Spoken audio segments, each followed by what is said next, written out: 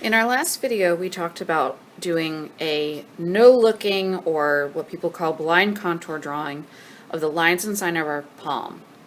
And we did this to practice using one continuous long line and to develop hand-eye coordination. So if you haven't done this one yet, please do this first.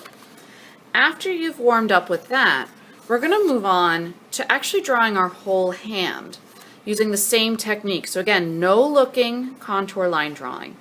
Remember, it's one continuous line. You're not going to lift the marker until you are all finished, and don't look at the drawing. You're thinking about describing edges, not outlines. So you're thinking about where one element bumps into another visually, not just the outside, but all the overlapping inside information. That's super, super important. And remember, especially while we're doing the no looking, let go of perfect. It won't line up unless you cheat. Seriously, I have a lot of practice doing this, and you can sort of see how there is a hand here. Here's one finger. My hand was probably something like this in this example, where there's a thumb and another finger here. I can see my two bottom fingers and the edge of my hand, but it's not perfect. It doesn't line up because I didn't look at my paper until I was done. Here's another one. It looks a little bit more clear. I can actually tell where my hand was arranged. But you can see this line and this line. I wouldn't have messed this up if I was looking. I would have had those align better.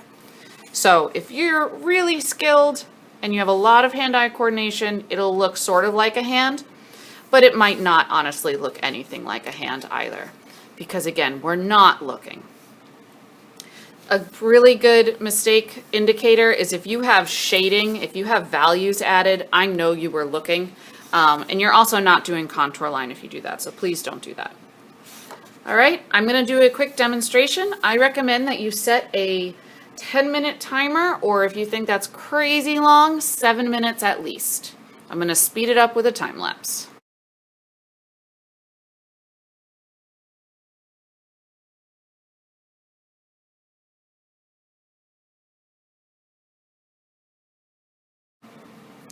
And there you have it. So you can see I got some things correct.